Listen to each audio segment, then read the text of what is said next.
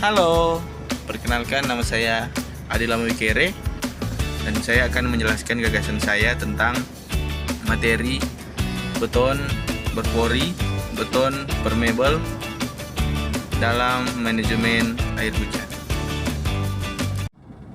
Ya, yang pertama untuk materi beton berpori, aplikasi beton permeable untuk manajemen air hujan, kita mulai dari pendahuluan. Gambaran umum beton berpori, elemen bahan bangunan yang dibuat dari campuran agregat kasar, semen, air, dan sedikit agregat halus, dan tanpa bahan tambahan lainnya. Tidak mengurangi mutu beton tersebut. Campuran ini menciptakan suatu sel terbuka struktur, membiarkan air hujan untuk menembus mendasari lahan. Dan yang kedua, kita mulai dari relevansi topik dengan tantangan di bidang konstruksi.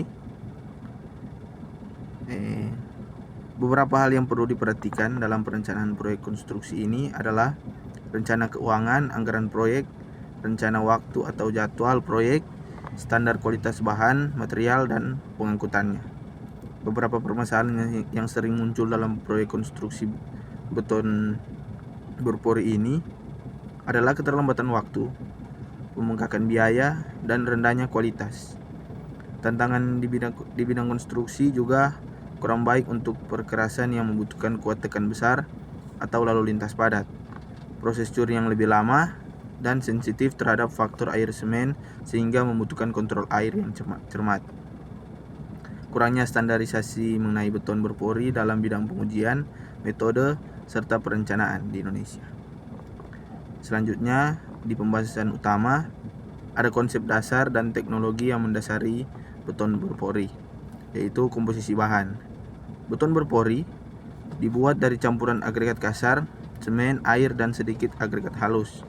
Proses pembuatannya, beton berpori dibuat melalui proses yang berbeda dengan beton lainnya, seperti pemilihan bahan yang hati-hati, pengurangan biaya, dan tidak memiliki beban tekan terlalu berat. Dan keunggulan, keterbatasan, dan tantangan penerapan teknologi ini setidaknya ada 3 kualifikasi keunggulan, yaitu manfaat dan beton berpori dari segi lingkungan, keselamatan, serta ekonomi, dan juga memiliki keterbatasan. Keterbatasannya yaitu kekuatan tariknya lemah. Secara umum, baik beton berpori memiliki kekuatan kompresi yang tinggi dibandingkan dengan banyak bahan bangunan lainnya.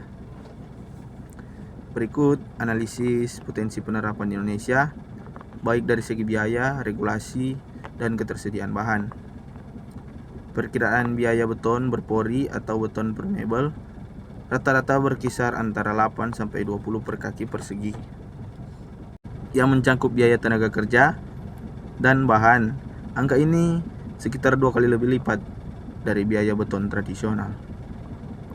Dan regulasi penerapan dalam pembuatan beton pros, agregat kasar dengan ukuran maksimum 1:2 derajat atau 1,27 cm yang dapat digunakan. Ketersediaan bahan dalam penerapan beton berpori di Indonesia bisa dibilang berhasil karena dalam pasokan bahannya yang ada untuk memenuhi penerapannya. Lalu gagasan inovatif yang saya buat, ide atau usulan bagaimana teknologi ini dapat dikembangkan lebih lanjut, baik untuk mengatur penerapan dan tempat untuk mengatur di mana pelaksanaan yang baik dan efisien untuk kegunaannya. Agar berfungsi dengan baik, beton berpori ini harus diaplikasikan pada area datar atau rendah.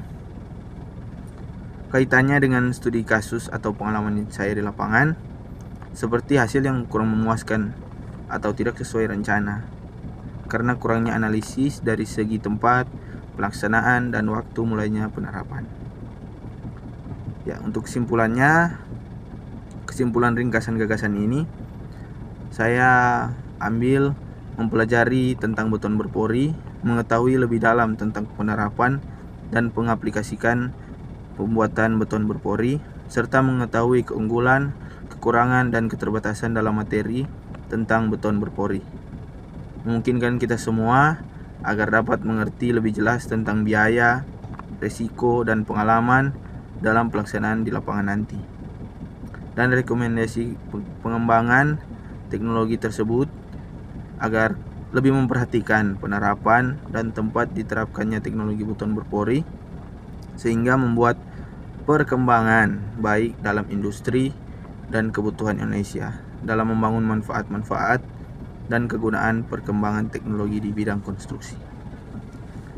Dan baik referensi dan sumber yang saya ambil, termasuk juga saya ambil dari resmi PT Adimix RMC Indonesia dan situs resmi Kementerian PUPR dan lain-lain. Sampai jumpa di lain waktu. Saya pamit undur diri. Saya Adila Mawikere. Terima kasih.